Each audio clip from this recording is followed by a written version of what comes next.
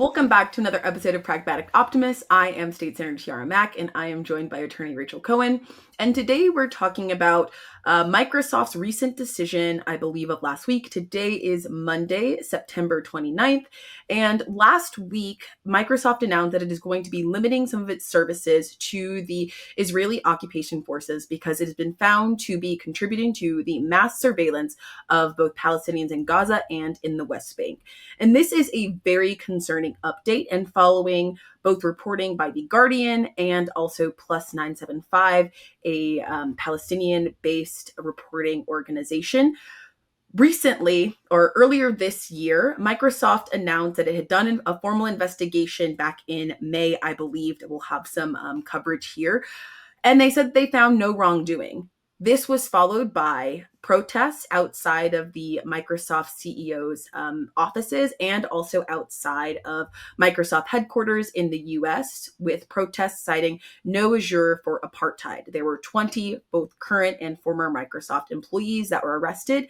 And then the subsequent research and reporting that found that, in fact, the IOF was using mass surveillance for Palestinians in a campaign that they called 1 million calls an hour, where they were able to mass surveil, analyze, playback, and collect millions of phone calls coming in and out of Gaza. This is really concerning, but also not surprising. We know that tech and technology companies have been complicit in the ongoing genocide in Gaza, and it's only been further exacerbated by the idea that we are powerless and the idea that we cannot hold these companies accountable to basic human rights and human liberties. The UN has also done extensive reporting stating that companies do have an obligation not to participate in an ongoing genocide or violation of human rights. And Rachel, before we get any deeper into this,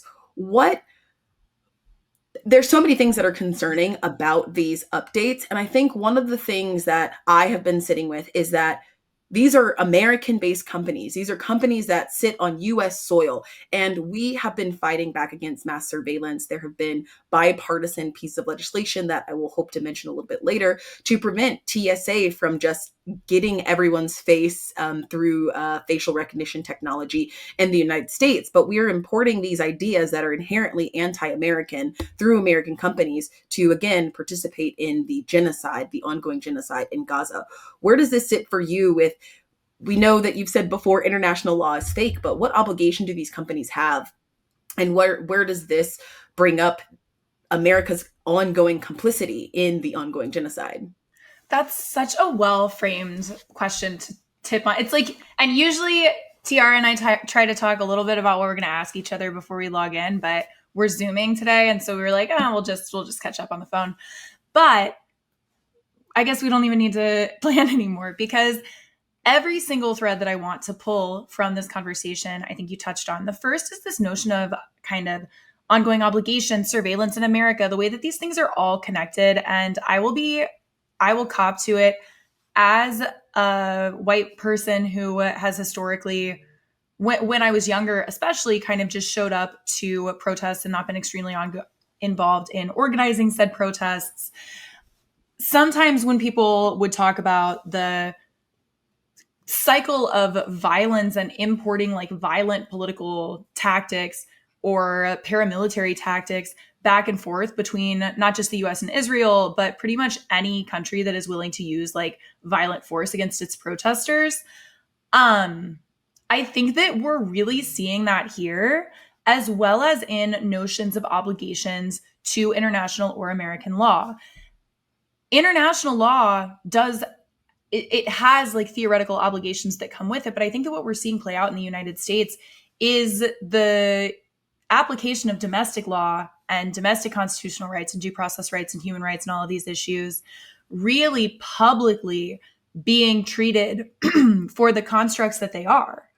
What do you mean? And in Chicago, and that's kind of where my head is at and where our next episode will be, and also my physical location in this moment. In Chicago, there's like battalions of, battalion makes it sound like they have actual military training, but there's like groups of dozens of ICE officers, DHS officers, just roaming the streets, no badge numbers, covered faces, like chasing people down through the streets because they heckled them. Like, that's a thing that's happening, firing chemical weapons into groups of protesters who are yelling at them and being held back behind a fence. So there's no physical threat to the safety of the officers. And so I think that what I have to say here is that that kind of use of surveillance technology to aid an oppressive state in brutalizing people, number one, Microsoft has been aware of for a really, really long time. There have been a number of actions organized around this for a very long time. Number two, the United States violates the vast majority of these obligations as well. So I think that one of my perhaps most controversial takes in this exact moment about the way that a lot of people who are outraged about what's happening in Gaza correctly are talking about it is that they are focused in the wrong place, because it's like we're a magician when they're thinking about like what's caused this. They're focused in the right place when they're thinking about like immediacy of the harm and what's happening to people in Gaza and has been happening for 2 years, and earlier. But the theory of surveillance and the theory of oppression and policing of speech and all of these things, that originates from American versions of McCarthyism that in turn, I'm sure, played a role in the development of a narrative around South African apartheid and Israel. Like, that would be my guess. I'm not an expert on those things. But we had a lot of activists warn us a while ago, what you're seeing happening in Gaza to journalists, what you're seeing happening in Gaza to civilians, what you're seeing happening in Gaza to children, that's a testing ground to bring to the United States and to bring to other Western nations and anywhere that is complicit and will allow this. And no one believed them. And I think that if there's any doubt in any like white talking head's mind as to whether or not they should be listening to on the ground Black and brown activists like in this moment, if any of those doubts still exist, it's time for them to get out of the way, because there should be no doubt left that people predicted this correctly and that it is connected to our own kind of militarized policing and the failure of Reconstruction. And I mean, there's so many things. But.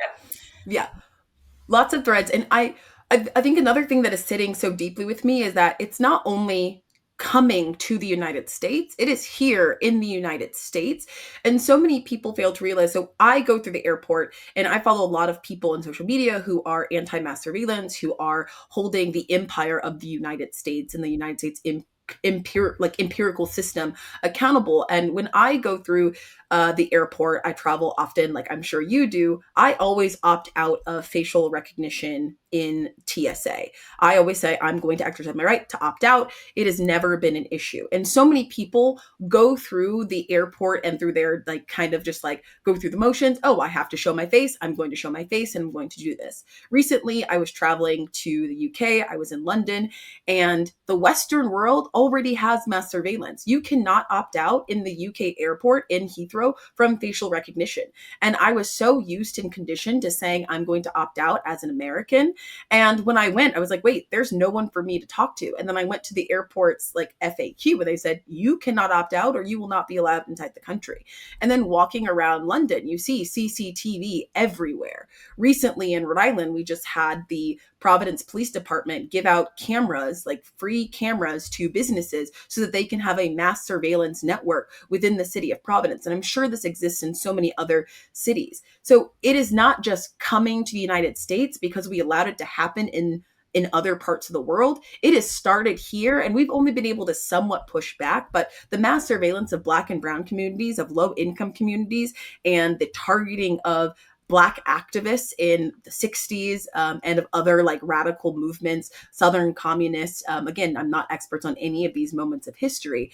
This has always been who we were, and it's only now being highlighted by the atrocities that are happening overseas. But again, I cannot stress enough that these are American companies started by Americans who have brought technology of mass surveillance and genocide, the technology of genocide, where the UN special reporter has said that several companies, Booking.com, Airbnb, Caterpillar, are all complicit in the economy of fueling the genocide. And we'll have some resources for these. But I think what's frustrating for me is that as we get to a point where now more people are speaking up. They're seeing this American exceptionalism as such a facade and as such a lie that we can no longer ignore, that not only are we complicit in this genocide, we are funding it, we are paying for it. Those are American bombs. Those are literally ideas imported. Those are companies that are importing this technology. And it's only a matter of time before we see another city, aside from Chicago, which we'll talk about. Portland is now next. Memphis. We have other cities throughout the United States that are now being targeted for militarized U.S. forces. And it is frustrating because so many people have been saying this is coming. So many Black and brown voices, so many people have said that our communities are under attack. And now that it's coming to Portland, which I do not know the statistics, is not a Black and brown city, but it's a city that Trump has had on his radar since the Black Lives Matter movement. So Rachel, as we wrap up, I know that there is so much going on in the ground, but I really wanted to ground this conversation in this terrifying reporting from Microsoft, but also making people realize that our duty is to call it out, is to bear witness, and to make sure that we're not disconnecting our Western perspective from the global perspective. But there's also hope. We can still opt out. There's bipartisan legislation in Congress that was introduced this year by Oregon Democratic Senator Jeff Merkley. I'm getting all of these names confused, but that was introduced to prevent mass surveillance through our TSA program, which is some of the things that are giving me hope. But Rachel, what is giving you hope, or what is grounding you in the idea that we can get through this, because the only way out is through? The only way out certainly is through. The only way that we get through this is by acknowledging the systems and the ineffective solutions to date, like the Band-Aid solutions that have allowed us to get here in the first place. And I see people really starting to recognize that frame. And there's a lot of optimism in that. So stay tuned, organize, plug in, subscribe, and follow Legal AF on the Midas Touch Network. And we will see you soon. Bye, Pragmatic. Can't get your fill of Legal AF? Me neither. That's why we formed the Legal AF Substack.